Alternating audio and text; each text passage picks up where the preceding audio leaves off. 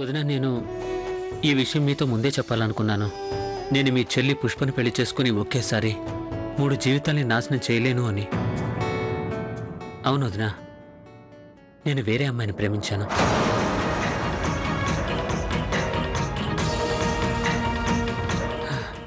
ఇప్పుడు కూడా ప్రేమిస్తున్నాను. వదిన, ఇంకో విషయం, అమ్మ ఈ సంబంధాన్ని ఏనాటికి ఒప్పుకోదని తెలుసు. అందుకని నేను ఆ అమ్మాయితో చెప్పాను, నా పెళ్లి మరొక అమ్మాయితో నిశ్చయమైందని. నేను ఆ అమ్మాయిని పెళ్లి చేసుకుని ఒప్పుకున్నానని చెప్పాను. వదిన, నేను ఆ సమయంలో అమ్మాయితో మాట్లాడే మాటలు మీరు విని ఏమనుకున్నారంటే నేను పుష్పతో పెళ్లికి ఒప్పుకున్నానని. వదిన, ఆ తర్వాత చాలాసార్లు నేను మీకు అందరికీ ఈ విషయం చెప్పడానికి ప్రయత్నించాను, కానీ చెప్పలేకపోయాను. కానీ కార్తీక్, నువ్వు మరొక అమ్మాయిని ప్రేమిస్తున్నావని తెలిస్తే నేను కూడా నీకు సహాయం చేసేదాన్ని కదా. కానీ ఈ సంగతి నా దగ్గర దాచి పరిస్థితిని చేయి దాటేలా చేశావు. మా వంశంలో ఇంతవరకు ఎవరికీ ఎన్నడూ ఇలాంటి అవమానం జరగలేదు. నీ ప్రేమని కనీసం ఈ వదినకైనా చెప్పుండాల్సింది.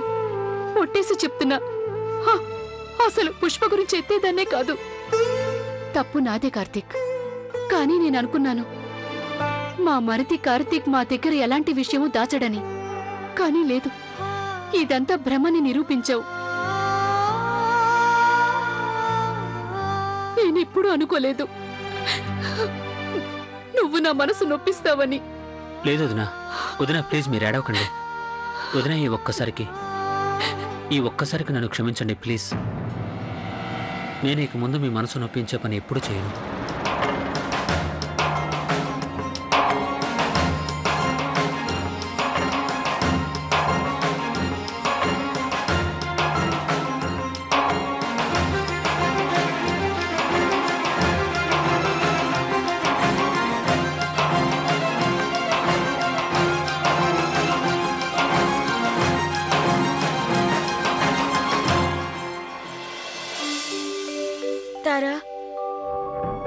అసలు ఇంతకు ఏమై ఉంటుంది? ఈ రోజు తన ఫ్యామిలీ ముందు కార్తీక్ తనకి పెళ్లి వద్దని చెప్పేస్తానన్నాడు. తను ఇది కూడా చెప్తా అన్నాడు. ఈ రోజు అందరి ముందు మా ఇద్దరి ప్రేమ గురించి చెప్తా అన్నాడు. ఉదయం నుంచి ఫోన్ ట్రై చేస్తున్నాను, ఫోన్ లిఫ్ట్ చేయడం లేదు, కట్ చేస్తున్నాడు. లవ్లీ, టెన్షన్ పడకు, కాస్త కూల్గా ఆలోచించు. పెళ్లి జీవితానికి సంబంధించింది, చిన్నపిల్లలాడే ఆట కాదు. పైగా కార్తీక్ వాళ్ళమ్మ పెద్ద హిట్లర్. దేవుడా, ఆమె నొప్పించటం అంత తేలిక చెప్పు? చూడు లవ్లీ, పుష్పతో తనకి పెళ్ళొద్దని చెప్పి కార్తీక్ వాళ్ళమ్మ నొప్పించినా నీతో పెళ్లికి ఆమె నొప్పించటం అంత తేలిక కాదు. లవ్లీ, నేను అర్థం చేసుకున్న దాన్ని బట్టి చూస్తే వ్యక్తిగతంగా కార్తీక్ చాలా మంచివాడు. నువ్వు చూస్తూ ఉండు, తను ఎలాగైనా సరే వాళ్ళ ఇంట్లో వాళ్ళందరినీ ఒప్పించి తను తప్పకుండా నేను పెళ్లి చేసుకుంటాడు.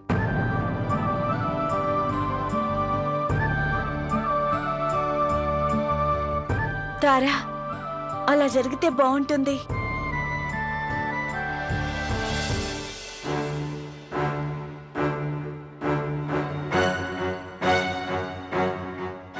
కార్తీక్ పని అయిపోయినట్టే. తప్పు చేసిన కార్తీక్ ని అత్తయ్య గారు వదిలిపెట్టరు. తండ్రి వెంకటేశ్వర, కార్తీక్ ని రక్షించు, అత్తయ్య గారి కోపాన్ని తగ్గించు. చెప్పు కార్తీక్, ఈ రోజు నుంచి నీ కుటుంబ సభ్యులకు ఇంకెన్ని వింతలు చూపిస్తావు? నేననుకున్నాను నీకు ఇప్పుడే పెళ్లి చేసుకోవడం ఇష్టం లేదు, అందుకే వద్దన్నావేమోనని. కానీ ఇప్పుడు మాకు నీ గురించి మొత్తం అర్థమైంది. నువ్వు వేరొక అమ్మాయిని ప్రేమిస్తున్నావరే. నువ్వు వేరొక అమ్మాయిని ప్రేమిస్తున్నావరే.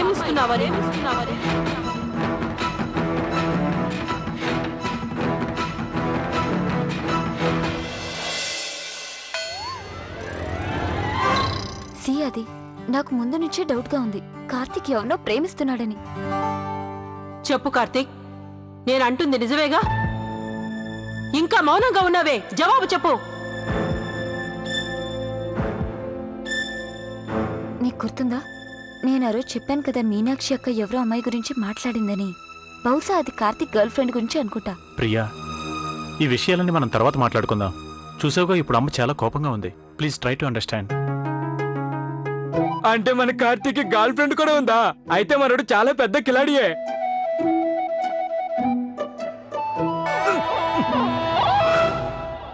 అసలు నిజమేంటో చెప్పాల్సిందే. అమ్మా, నాకు తెలుసు నేను చాలా పెద్ద తప్పు చేశానని. కానీ నేనేం చెప్పాలనుకుంటున్నానంటే, నేను ఈ విషయం గురించి మీకు ముందే చెప్పాలని ప్రయత్నించాను, కానీ అవకాశం దొరకలేదు. ఆ తర్వాత నేను ఫోన్లో మాట్లాడింది విని పెద్ద వదిన అపార్థం చేసుకుంది నేను పుష్పతో పెళ్లి ఒప్పుకున్నానని. ఒకవేళ పెద్ద కోడలు అపార్థం చేసుకునుంటే నువ్వు వెంటనే అపార్థాన్ని దూరం చేయాల్సిందిగా.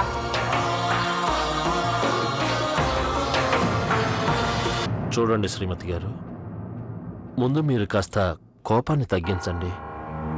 ఎందుకంటే ఏదైతే జరిగిపోయిందో దాన్ని ఇప్పుడు మనం ఏమాత్రం మార్చలేం. ఇక రెండో విషయం ఏంటంటే, జరిగేదంతా మన మంచికే అనుకోవాలి. నన్ను ఆలోచింపజేసింది ఏంటంటే, కార్తీక్ పెళ్లికి ముందే విషయమంతా చెప్పేశాడు.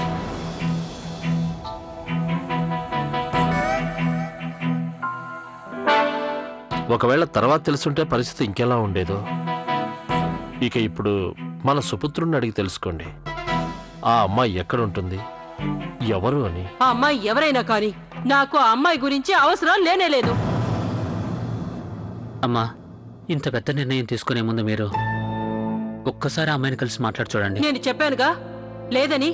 నాకు ఆ అమ్మాయిని కలవాల్సిన అవసరం లేనేలేదు.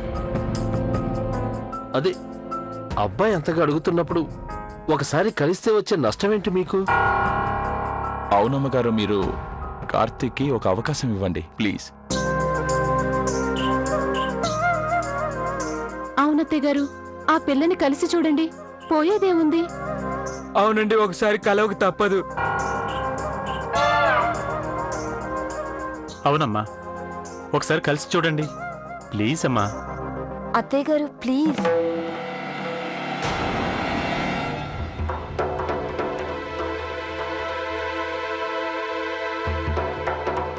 అత్తయ్య గారు,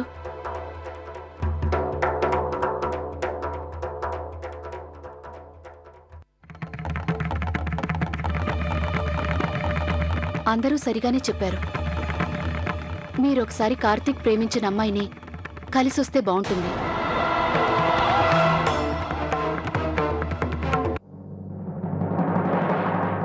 అలాగే.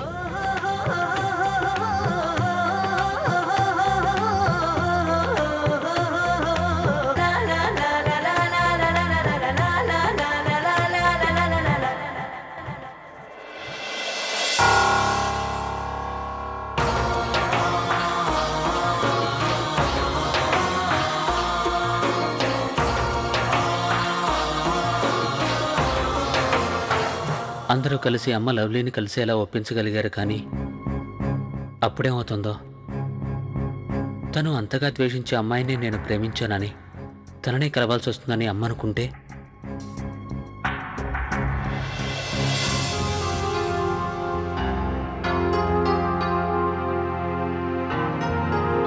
లవ్లీ, నా మాట విని పదే పదే ఆ ఫోన్ చుట్టమానే. తర్వాత చూడు ఎలా ఫటాఫట్ ఫోన్ మోగుతుందో. చాలు, అయిపోయిందా? తరా ఫోన్. హలో కార్తీక్, నువ్వు మీ వాళ్ళతో మాట్లాడావా? విను, చూడు, నేను మాట్లాడాను. నువ్వు పంచి వెంటనే మీ ఇంటి పక్కన గుడికి వచ్చేసాయి. గుడికా? ఎందుకు? లవ్లీ, నువ్వు ఎందుకు, ఏమిటి, ఎలా, ఎప్పుడు అనేది అడగడం మానేసి నువ్వు వెంటనే గుడికి వచ్చేసాయి. లవ్లీ, నేను నీకు ఇప్పుడు తీరిక ఎక్స్ప్లెయిన్ చేయలేను. ఇప్పుడు నేను ఎలాంటి పరిస్థితిలో ఉన్నాను, ఎంత కష్టమైందో తెలుసా. నేను పుష్పను పెళ్లి చేసుకోలేను, మరొక అమ్మాయిని ప్రేమిస్తున్నాను అని మా ఇంట్లో వాళ్ళతో చెప్పడం అనేది. చూడు, ముందు నువ్వు పంచే అర్జెంట్ గా గుడికి వచ్చేసి ముందు మా ఫ్యామిలీ మెంబర్స్ ని కాదు, ముందు మా అమ్మని కలిసిన తర్వాత మా ఫ్యామిలీ మెంబర్స్ కలు. కార్తీక్, అది అరే అది ఇది అని ఎందుకు సంగుతావు లవ్లీ? క్లియర్ గా మాట్లాడు. నేను నీ ప్రాబ్లం అర్థం చేసుకోగలను, కానీ ముందు నువ్వు నేను చెప్పేది విను, కూల్ గా ఉండు. ఒక విషయం, నువ్వు రెడీ అయ్యి కరెక్ట్ గా 5 గంటలకల్లా గుడికి వచ్చేసి. 5 గంటలకి అంటే కరెక్ట్ గా 5 గంటలకి. ఒక్క నిమిషం లేట్ అయినా, లేట్ ఎందుకు అవుతుంది, నువ్వు వెంటనే బయలుదేరు, త్వరగా రెడీ అయ్యి వచ్చేసాయి. ఇంకో విషయం, నీకున్న వాటిలో నీకు బాగా ఇష్టమైన డ్రెస్ ఉంటుంది కదా, ఆ డ్రెస్ వేసుకునిరా. లవ్లీ, అన్నిటికన్నా ముఖ్యమైన విషయం, దయచేసి ఈరోజు నా కోసం ఎటువంటి అబద్ధం చెప్పొద్దు. ఒకవేళ నువ్వు ఆ పొరపాటు చేస్తే దాని ఫలితం ఎలా ఉంటుందో నువ్వే ఊహించుకో. అలాగే.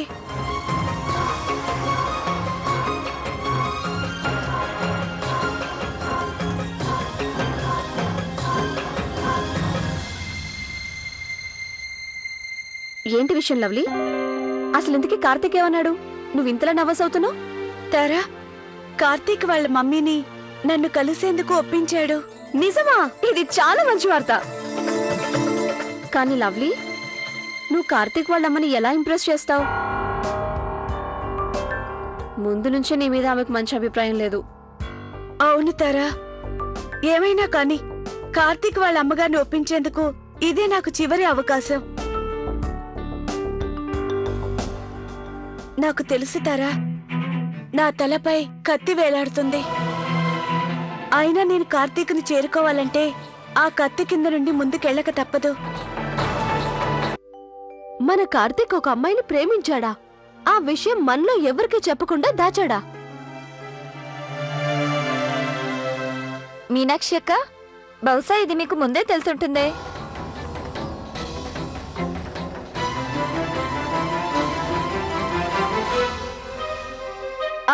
అంటే ఒకసారి మీరు కార్తీక్ ఎవరో అమ్మాయి గురించి మాట్లాడుకుంటుంటే విన్నాను. మీరు మాట్లాడింది అమ్మాయి గురించేనా?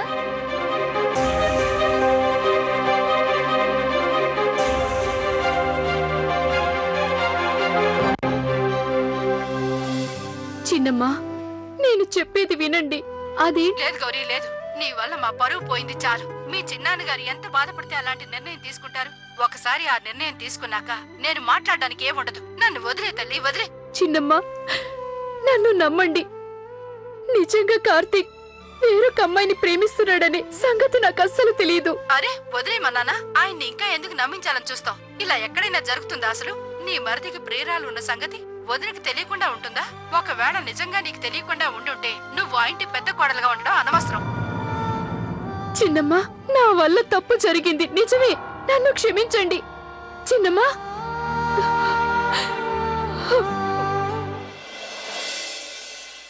అలాంటిదేం లేదు. నాకు ఈ సంగతి కొంచెం కూడా తెలీదు. అసలు కార్తీక్ గర్ల్ ఫ్రెండ్ గురించి మేము మాట్లాడలేదు. నువ్వు సరిగ్గా వినకపోవడం వల్ల ఇలా అనుకోని ఉంటావు. ఆ రోజు మేము మాట్లాడింది కార్తీక్ గర్ల్ ఫ్రెండ్ గురించి కాదు. ఆ రోజు మేము మాట్లాడుకుంది కార్తీక్ వాళ్ళ ఫ్రెండ్ గర్ల్ ఫ్రెండ్ గురించి. ఏదైతేనే బ్రహ్మాండంగా ఉంది. లవ్ స్టోరీలు వింటుంటే భలేగుంటుంది కదా. సరే కానీ నీకు చెప్పిన లవ్ స్టోరీ నాకు వినిపించరాదు? నాయనా బాలకృష్ణ ప్రసాద్, ముందు మన ఇంట్లో ఉన్న రామాయణం సర్దుకొని తర్వాత బయట వాళ్ళ ఇళ్ల సంగతి చూద్దాం. అలాగే. బతికిపోయావు మీనాక్షి. మావయ్య గారి విషయాన్ని దాటేసి నిన్ను రక్షించారు. అన్నిటికంటే ముఖ్యం, కార్తీక్ తన ప్రేయసి లవ్లీ గురించి నాకు చెప్పాడని, అది అందరికంటే ముందు నాకే చెప్పాడని గౌరీ అక్కకి అస్సలు తెలియకూడదు. ఇది మంచిదే. మన కార్తీక్ కూడా లవ్ లో పడ్డాడు. సరే బానే ఉంది, కానీ ఇంతకీ తను ప్రేమించిన అమ్మాయి ఎవరు? తను ఎవరైనా కాని మీ అమ్మగారిని బాగా తను మెప్పిస్తేనే పెళ్లి. కాకపోతే మాకు కోడలి గౌరీని చూస్తేనే జాలేస్తోంది.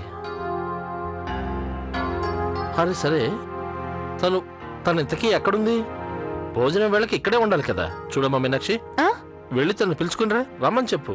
అది మావయ్య గారు, ఏంటంటే ఇంత జరిగిన తర్వాత నేను పిలిస్తే మాత్రం భోజనానికి వస్తుందంటారా? అరే అలా ఎలా రాదు?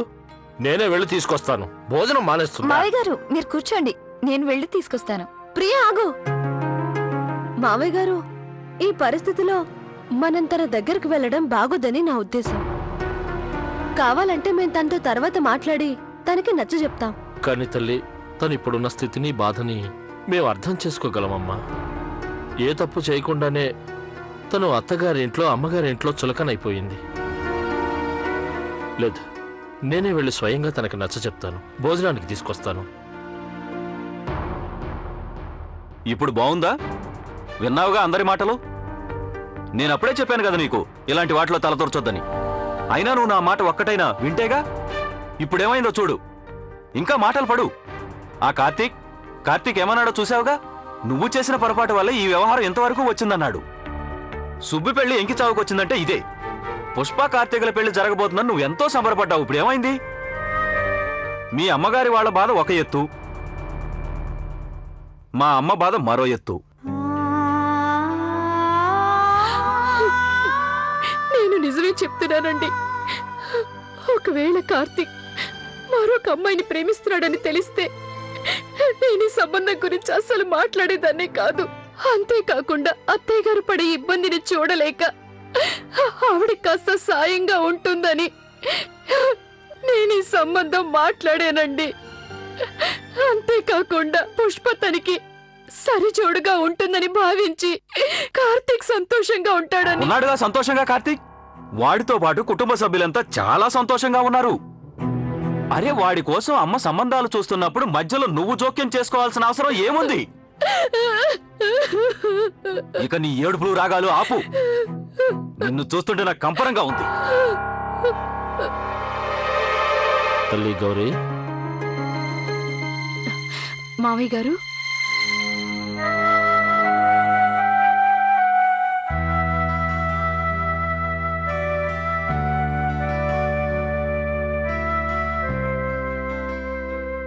తల్లి నువ్విలా బాధపడుతూ ఏడవకమ్మా.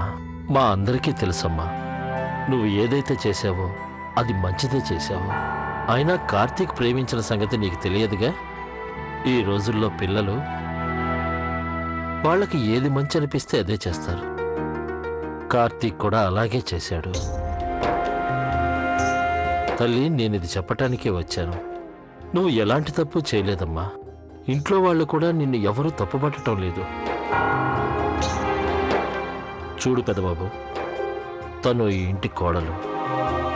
తన కళ్ళల్లో కన్నీళ్ళని నేను చూడలేనురా. తన్ని కోప్పడితే మాత్రం నేను ఊరుకోను. మీరు బాధపడకండి మావయ్య గారు. నేనింకేడవను. నా మనసు ఇప్పుడు కుదుటపడింది తల్లి. పద వెళ్ళి భోజనం చేద్దాం.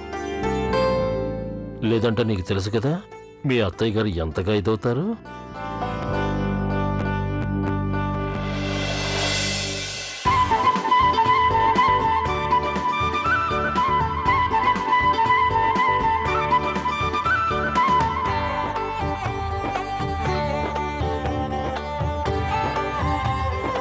మొత్తం షెల్ఫ్లన్నీ ఖాళీ అయ్యాయి. ఏం వేసుకోవాలి ఇప్పుడు? కార్తీక్ ఏమో స్పెషల్ గా చెప్పాడు నీకు బాగా నచ్చింది, అమ్మకు నచ్చేలా ఉండే డ్రెస్ వేసుకోమని. అవును లవ్లీ, కానీ ఒక్కడి కూడా అలా లేనప్పుడు ఏం చేస్తాం? సరే, ఓ పని చేద్దాం. మార్కెట్ కి వెళ్ళి ఒక మంచి డ్రెస్ సెలెక్ట్ చేసుకుని కొనుక్కుందాం. తారా, నీకు బుర్ర పనిచేస్తుందా? ఇప్పుడు 3 అవుతుంది. 5 అవడానికి ఇంకా 2 గంటలు మాత్రమే టైం ఉంది. కార్తీక్ మరీ చెప్పాడు ఖచ్చితంగా 5ంటికి అక్కడ ఉండాలని. అస్సలు లేట్ అవ్వద్దు, ఖచ్చితంగా 5ంటికి ఉండమని. 2 గంటల్లో అమ్మా లవ్లీ ఇద్దరు ఎదురెదురుగా ఉంటారు. ఓ వెంకటేశ్వర, నువ్వే దయచేసి ఏదోలా చక్రం తిప్పి అమ్మ పూర్తిగా లవ్లీ మాయలో పడేలా చేయి స్వామి. చూడగానే ఇంప్రెస్ అయిపోయేలా ప్లీజ్ దేవుడా, ఈరోజు నీ లీల చూపించు.